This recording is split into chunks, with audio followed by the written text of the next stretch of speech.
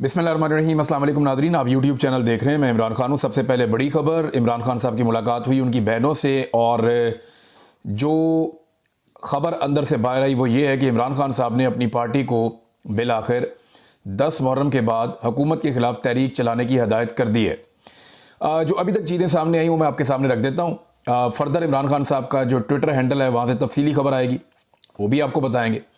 लेकिन अभी तक जो चीज़ें आई, जो उनकी बहनों ने मीडिया से आकर बातचीत की है, इमरान खान साहब की बहनों ने, उसके मुताबिक कि उन्होंने कहा कि आज मेरी बहनों को 15 मिनट मुलाकात का वक्त मिला है। एक वकील ज़हीर अब्बास को 1.5 मिनट मुलाकात की इजाज़त मिली है। इनके अलावा सलमान सफदर, सलमान अकरम राजा, नियाज़ुल्लाह नियाज़ी, किसी को मुलाकात की इजाज़त नहीं मिली। उनका कहना था कि यही कोशिश है कि जिससे इमरान खान साहब को माइनस करने की कोशिश की जा रही है। इमरान खान ने 26वीं तरमीम की बात की है और इस तरमीम के नताइज उन्होंने कहा वाज़े हो रहे हैं।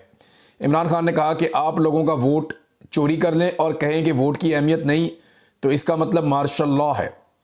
अदलिया को गवर्नमेंट डिपार्टमेंट बना दिया गया है और जजेस के साथ ऐसा करें तो रूल ऑफ लॉ ख़त्म हो चुका है।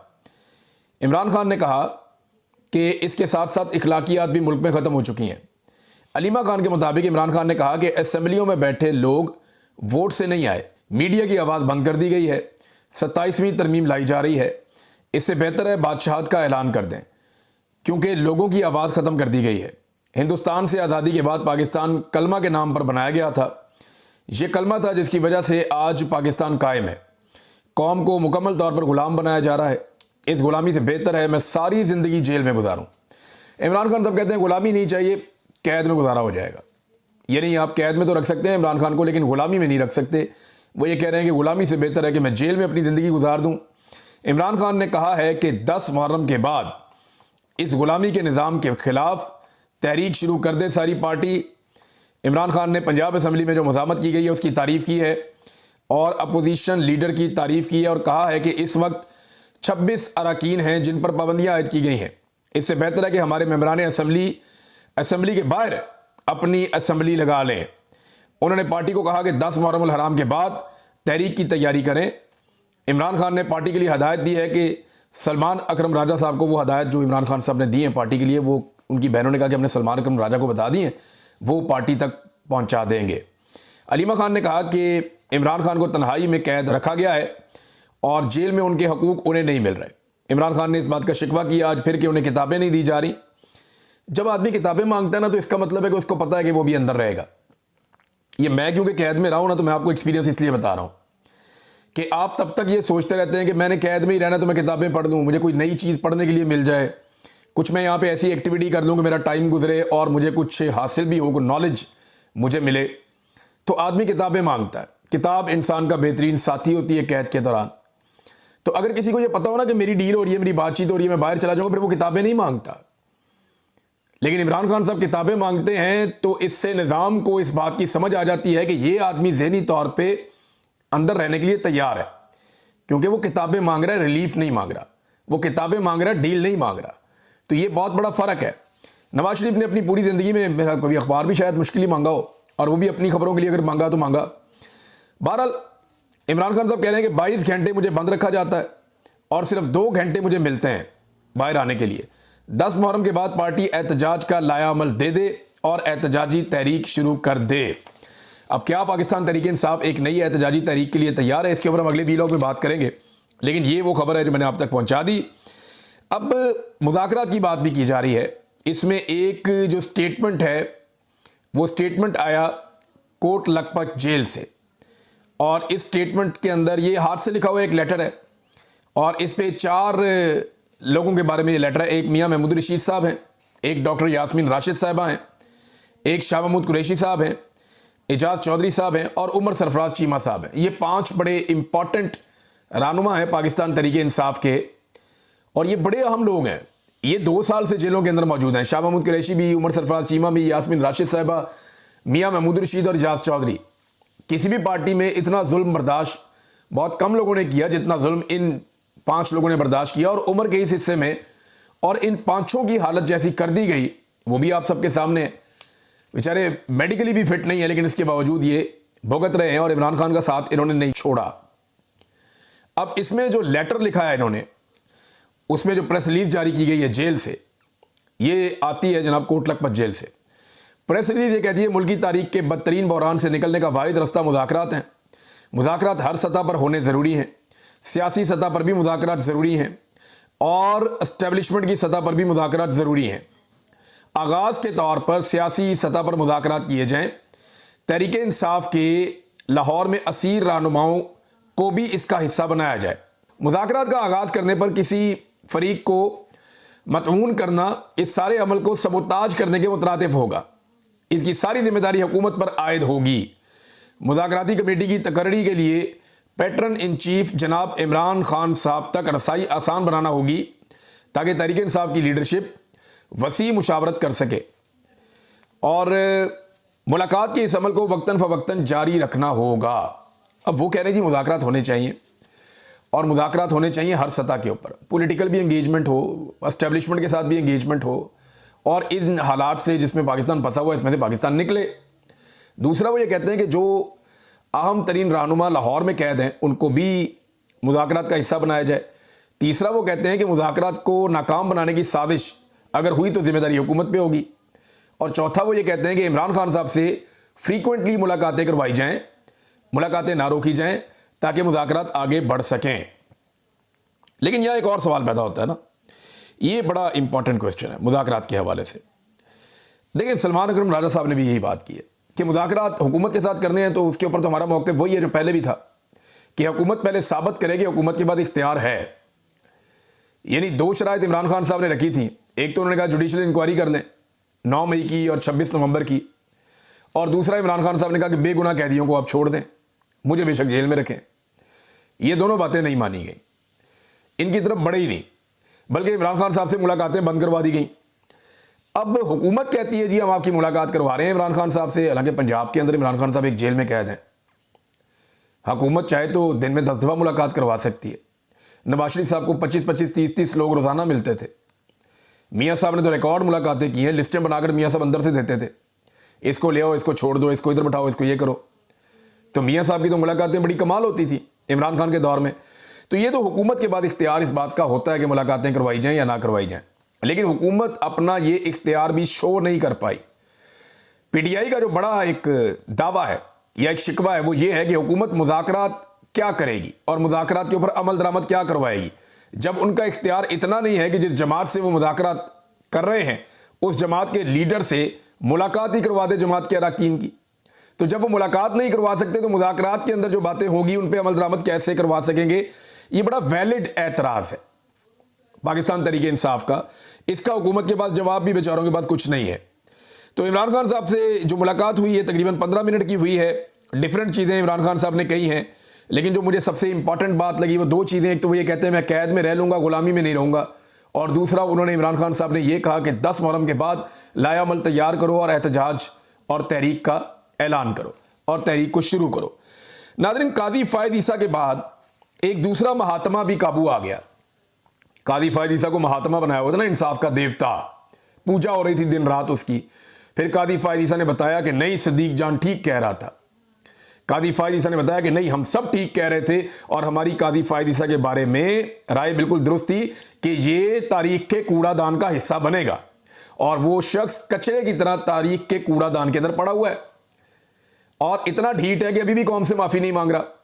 बेशरम तरीन किरदार जो पाकिस्तान की तारीख में आया, एक ऐसा आदमी जिसने खुद की तारीफें करने वालों को मजबूर कर दिया कि तुम भाई मेरी तारीफ ना करो, मुझे गालियां दो। काजी फ़ायद ईसा को पूरी कौम झोलियां उठा उठा कर बदुआएं दे रही है और इतना बेशर्म करैक्टर पाकिस्तान की तारीख में कभी इस तरह के ओहदे के ऊपर लाकर नहीं बिठाया गया। मैं अपने एंगल से बताऊं तो भाई मुझे जानता था वो आदमी और अदालत में खड़ा होकर इनकार कर रहा था कि जनाब मैं इसको कैसे इंसाफ दूं, यानी मेरे से भाग रहा था चीफ जस्टिस सा। मैं कोशिश कर रहा था कि मुझे बुला भाई, मुझे बुला के पूछ, लेकिन वो अपने दाव पेच खेल रहा था। बहरहाल मेरी तो बात छोड़े, इसने जो कौम के साथ कर दिया, इसने बल्ले का निशान छीन लिया सबसे बड़ी पॉलिटिकल पार्टी से, फिर जुल्म और बर्बरियत की इंतहा कर दी और फिर उन्हें आगे ताने देता है कि किचन की गर्मी बर्दाश्त नहीं हो रही तो फिर आप किचन छोड़ दें। तो वही काजी फ़ायद ईसा गर्मी बर्दाश्त नहीं कर पा रहा, सारा पाकिस्तान उसको डोनट खिलाना चाहता है लेकिन वो छुपता फिर रहा है, कभी भेस बदल के कभी कुछ और करके। ये काजी फ़ायद ईसा की हालत है। ये एक महात्मा था। दूसरा महात्मा था शौकत सिद्दीकी, शौकत अजीज सिद्दीकी। इसको भी नून लीग ने, मरियम नवाज, उन्होंने बहुत चुका हुआ था कि जनाब बड़ा इंसाफ परवर है, ये है, वो है, एंजे थे ओंजे। उसने भी जनाब जस्टिस सरफराज डोगर को, जो एस्टेब्लिशमेंट की और हुकूमत की चॉइस है, उसको चुन लिया। देखिए, मैंने आपको कहा था 2 लोगों का बड़ा अहम इम्तिहान है आज। एक फारूक एच नाइक का कि इन्होंने इनकलाबी होने का सारी जिंदगी ढोंग किया, और दूसरा एक इम्तिहान है जस्टिस शौकत अजीज सिद्दीकी का कि इन्होंने भी इनकलाबी होने का ढोंग किया और एंटी एस्टेब्लिशमेंट होने के इन्होंने नारे बुलंद किए। और इन दोनों ने एस्टेब्लिशमेंट के खास आदमी जस्टिस सरफराज डोगर को वोट डालकर इस्लामाबाद हाई कोर्ट के चीफ जस्टिस के लिए चुन लिया। बहरहाल वहां पे फड्डा पड़ा हुआ था। जो मोअज़्ज़िज़ जज साहिबान हैं, जिनमें मंसूर अली शाह साहब हैं, जस्टिस मुनीब अख्तर साहब हैं और कुछ पाकिस्तान तहरीक इंसाफ के लोग भी थे कमेटी में अपोजिशन के, वो ये कह रहे थे कि पहले आप जो 5 जजेस ने पटिशन डाली हुई है ना, उसको भी सुने कि जनाब सीनियरिटी के हवाले से सुप्रीम कोर्ट में उनकी एक पटिशन है, पहले उसके ऊपर फैसला करें, उसके बाद फिर आप इस तरफ आएँ। और ये जो तैनाती है इसको आप रोक लें, इसकी वो कह रहे हैं हम दरख्वास्त भी दायर करेंगे। और दूसरा नुकता ये उठाया गया कि सुप्रीम कोर्ट ऑफ पाकिस्तान में एक और मामला पेंडिंग है और वो 26वीं आईनी तरमीम के खिलाफ पटिशन आई हुई हैं। अब ये जो कुछ भी हो रहा है ये 26वीं आईनी तरमीम के मुताबिक हो रहा है, लिहाजा पहले 26वीं आईनी तरमीम को सुना जाए और उसके बाद फिर ये मामला जो है आगे बढ़ाया जाए। अब 26वीं आईनी तरमीम जो खुद एक मुतनाज़ तरमीम है, उस तरमीम का केस नहीं सुना जा रहा, बल्कि किया यह जा रहा है कि उस तरमीम के ऊपर इंप्लीमेंट किया जा रहा है बार बार। ये खुद एक बड़ा अजीबोगरीब मामला बन गया है। लेकिन क्योंकि पाकिस्तान पे इस वक्त एस्टेब्लिशमेंट का कब्जा है, तो वो अपनी मर्जी से चीज़ें चला रही है और किसी भी चीज़ को कानून और इंसाफ के मुताबिक नहीं होने दे रहे। नाज़रीन, आपको मैं एक आदमी की आवाज़ सुनाता हूँ। ये एक नौजवान है, साद रिजवी इनका नाम है। पेट्रोल की कीमतें बढ़ने के ऊपर इनका मौक़िफ़ क्या हुआ करता था, जरा ये मौक़िफ़ पहले आप सुन लीजिए। पेट्रोल महंगा, एक 10 रुपए की भी अगर आवाज आ गई फिर महंगा होने लगा तो फिर असं मुल पावे कि मुल्क के अंदर महंगाई करनी किस तरह। इन्हें IMF के गुलामों लंबे पावे और इन्होंने दसांगे कि जनाब इन्होंने की बदमाशी लाई हुई इस मुल्क के अंदर। और इंशाअल्लाह फिर मैं कह चुका हूँ कि तहरीक लब्बैक पहले मरहले ऐसी जनाब पहिया जाम हड़ताल का ऐलान करेगी। कोयटा तो लेके लाहौर तक, पेशावर तो लेके कराची तक हर शहर जाम करके दसांगे कि कौम हम थोड़े जुल्म तो तंग आ चुके। लेकिन नाज़रीन, ये नौजवान जो है एक मजहबी सियासी जमात से इनका ताल्लुक़ है, TLP से, और ये इमरान खान साहब के दौर में बहुत एहतजाज किया करते थे। एस्टेब्लिशमेंट के कहा जाता है ये लोग बहुत करीब हैं, और जब ये नौजवान बाहर आया तो उस वक्त एक बड़ी लंबी चौड़ी कहानी भी थी। शेख रशीद और बहुत सारे लोग उसके गवाह हैं।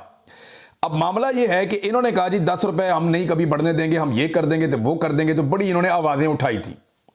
कई मरतबा 10 रुपये बढ़ गए। उसके बाद इतनी मरतबा 10 रुपये बढ़े कि लगभग 130 रुपये के करीब इन्होंने कीमतें बढ़ा दी। लेकिन ये शख्स आपको कभी भी नज़र नहीं आया। एक पंफलेट मैं आपको दिखाना चाहता हूँ, ये भी आप देख लीजिए, क्योंकि देखें फ़ौज जब साथ खड़ी हो जाए ना एक सियासी जमात के या सियासी जमातों के इकट्ठ के कि हमने आपकी हुकूमत को चलाना है, तो फिर वो स्याह करें सफ़ेद करें, ना मौलवी बोलता है ना कोई और बोलता है, किसी की आवाज़ भी नहीं निकलती, लोग चूँ भी नहीं निकालते। ज़्यादातर लोग मफाद परस्त होते हैं और एस्टेब्लिशमेंट के साथ उनके मफादात जुड़े हुए होते हैं, तो बेचारे ब्लैकमेल होते रहते हैं। ये बेचारे भी वैसे ही हैं। अब ये देखें, ये एक पम्फलेट है इमरान खान के दौरे हुकूमत का, और ये जनाब मार्च 2022 का है। मार्च 2022 महंगाई मुकाओ पम्फलेट। अच्छा जी, अब ये मार्च 2022 है, तो फिर ये तो वो वक्त हो गया ना जिस वक्त इमरान खान साहब की हुकूमत को ख़त्म किया जा रहा था। तो वो कहते हैं जी मैं एक टैक्सी ड्राइवर हूँ, मैं 150 रुपये लीटर पेट्रोल डलवा कर कैसे गुजारा करूँ, मैं इस नाअहल वज़ीर आज़म को हटाने के लिए इस्लामाबाद आ रहा हूँ। ये जनाब टैक्सी ड्राइवर अंकल हैं, इनकी तस्वीर लगी हुई है। अब मैं ये जानना चाहता हूँ कि ये जो टैक्सी ड्राइवर अंकल हैं ये आजकल किधर हैं। 150 रुपये का पेट्रोल इन्हें महंगा लग रहा था, और आज 250 रुपये का पेट्रोल जब ये डलवा रहे हैं तब इन्हें कैसा लग रहा है, मैं सिर्फ ये जानना चाहता हूँ। तो ये रंगबाजियाँ पाकिस्तान की एस्टेब्लिशमेंट ने करवाई थी सियासी जमातों के साथ मिलकर इमरान खान की हुकूमत गिराने के लिए, और तब से लेकर अब तक इनसे मुल्क ही नहीं संभाला जा रहा। मुल्क का इन्होंने बेड़ा गर्क कर दिया है। और शौक इनके किस तरह के हैं, ये मेरे एक बड़े अच्छे दोस्त हैं अहमद फरहाद, इन्होंने बड़े अच्छे शायर भी हैं, बड़ी अच्छी शायरी करते हैं। इन्होंने एक ट्वीट किया, और ये अहमद फरहाद ही लिख सकते थे इस तरह की चीज़, वो बड़े दलेर आदमी हैं। लेकिन ये आप ज़रा 1000 रुपये का नोट देखें, ये जो 1000 रुपये का नोट है इसके ऊपर मरियम नवाज की फोटो बनी हुई है, ये देख रहे हैं आप। ये इनकी ख्वाहिश है इनका बस चले ना तो ये इस मुल्क के साथ ये भी करते हैं। ये ऐसा बेशरम खानदान है। मैं कहना नहीं चाहता, देखिए अच्छा नहीं लगता कहने में, लेकिन हरकतें तो चेक करें आप। पार्कों के नाम अपने नाम पे, अस्पतालों के नाम अपने नाम पे, स्कूलों के नाम अपने नाम पे, कॉलेजों के नाम अपने नाम पे, सड़कों के नाम अपने नाम पे, बाथरूमों के नाम अपने नाम पे, बसों के नाम अपने नाम पे, और छोटे छोटे जो मेडिकल यूनिट्स हैं उनके नाम अपने नाम पे, हर स्कीम के नाम अपने, यानी कोई चीज़ ऐसी नहीं है जिस पे ये अपना नाम और अपनी फ़ोटो ना चिपकाना चाहते हो। तो करेंसी नोट इनसे कैसे बच सकता है? याद रखिए, ये कोशिश करेंगे कि करेंसी नोट के ऊपर भी अपनी शक्लें चिपकाएं। ये किया तो उन्होंने एक अजरा मजाक है, लेकिन सीरियसली ये खानदान ये भी कर सकता है अगर ये कायदे आज़म के नाम को और कायदे आज़म की तस्वीर को हटाकर अपनी नकम्मी औलाद का नाम और तस्वीर लगा सकते हैं। तो यार, जिसे मेडिकल कॉलेज में दाखिला नहीं मिलता था उसकी तस्वीर उठा के इतना मेडिकल इंस्टीट्यूट है उसके ऊपर लगा दी और उसके नाम के ऊपर बना दिया। पैसा अरबों रुपया करोड़ों रुपया खर्च हो कौम का और नाम इनके बने, ये कैसे हो सकता है? इमरान खान के नाम पे आप मुझे एक जगह एक चीज दिखा दें, कोई एक इस मुल्क के अंदर जो उसने सरकारी खजाने से बनाई हो, आपको कुछ नहीं मिलेगा। अभी वो अली अमीन गंडापुर ने ये खाची मारी थी, मैं तो ये कहूंगा, वो जो एक स्टेडियम का नाम इमरान खान के नाम पे रखने लगे थे, वो भी इमरान खान ने खुद सारी जिंदगी ये नहीं होने दी और इमरान खान ने प्रोटेस्ट किया इसके ऊपर। उन्होंने कहा यार ये क्या बात है यार, वो जो स्टेडियम का नाम जैसे है वैसे रहने दें आप पेशावर वाले का, तो उसका नाम तब्दील करके इमरान खान के नाम पे रखने की कोशिश कर रहे थे। तो ये सस्ती शोहरत के तरीके होते हैं, इमरान खान को इनकी जरूरत नहीं है। तो अहमद फरहाद साहब लिखते हैं कि कमिंग सून, और नीचे लिख दिया उन्होंने कायदे आजम से फायदे आजम तक। वो तो कायदे आजम था ना मोहम्मद अली जिन्ना, और ये फायदे आजम है। कायदे आजम ने सियासत करके पाकिस्तान को फायदा पहुंचाया और पाकिस्तान बनाया, इसलिए उसे हम कायदे आजम कहते हैं, सबसे बड़ा कायद पाकिस्तानियों का। ये फायदे आजम है, इन्होंने पाकिस्तान में सियासत करके पाकिस्तान से फायदा उठाया, अवाम का खून निचोड़ा, अवाम का पैसा छीन कर पाकिस्तान से बाहर मुंतकिल किया, मनी लॉन्ड्रिंग की, अपनी मिलें फैक्ट्रियां और कारोबार बनाए, अपनी औलाद के लिए सियासत की, अपनी औलाद को सियासत में लाकर उनको भी सोने का चमचा उनके मुंह में पकड़ाया। तो ये इन्होंने किया, तो ये फायदे आजम है, ये कायदे आजम नहीं है। ये अहमद फरहाद साहब ने एक बड़ी इंटरेस्टिंग चीज सामने रखी थी, मैंने इसलिए आपको दिखाई है। तो नाज़रीन, ये पेट्रोल की कीमतें बढ़ रही हैं और इन्हें इस बात का आइडिया है, यानी ये जानते हैं कि इन्होंने वोट शोट तो लेने नहीं है, इन्होंने जो बूटों के तस्मे हैं उनके साथ लटक के हमेशा इक़्तिदार में आना है, लिहाजा इन्हें किसी किस्म की फिक्र नहीं है कि अवाम इनके बारे में क्या सोचती है। यानी नए साल के जो तोहफे इन्होंने अवाम को दिए हैं, ज़रा ये आप देखिए, 4 बड़े तोहफे हैं जो नए साल पे, जो नया माली साल आता है ना 1 जुलाई से, 4 बड़े तोहफे इन्होंने कौम को दिए हैं। नंबर 1, पेट्रोलियम मसनूआत की कीमतों में बड़ा इजाफा कर दिया। नंबर 2, दीगर ATM से अगर आप जाएं और जाके पैसे निकलवाएं तो पहले आपके 23 रुपये कटते थे, अब आपके 35 रुपये कटेंगे, तो ये आपको इजाफी 12 रुपये मजीद देने पड़ेंगे। फिर जनाब गैस की कीमतों में 50% तक इन्होंने इजाफा कर दिया है। पंजाब के सरकारी अस्पतालों में जो सेहत कार्ड की एक सहूलत थी गरीब आदमी को, वो भी गरीब आदमी से इन्होंने छीन लिए। ये 4 बड़े तोहफे इन्होंने नए माली साल के पाकिस्तानियों को दिए हैं। नाज़रीन, इस वीलॉग को यहाँ रोकते हैं, मेरे पास बड़ी इंपॉर्टेंट कुछ और खबरें भी हैं, वो आपके साथ मैं शेयर करता हूँ नेक्स्ट वीलॉग में। खास तौर पे ख्वाजा आसिफ से जब पूछा गया कि व्हाइट हाउस में आर्मी चीफ की जो मुलाकात हुई तो उसके बारे में आपको क्या पता था, ये मैं आपको बताऊंगा कि इनको क्या पता था और ये अब ये कह क्या रहे हैं और इनकी क्या हालत थी और ये कितना फंसे हुए हैं, ये सब मैं आपको बताऊंगा नेक्स्ट वीलॉग में। अब तक के लिए इतने ही, अपना ख्याल रखिएगा, अपने इस चैनल का भी। अल्लाह हाफिज़।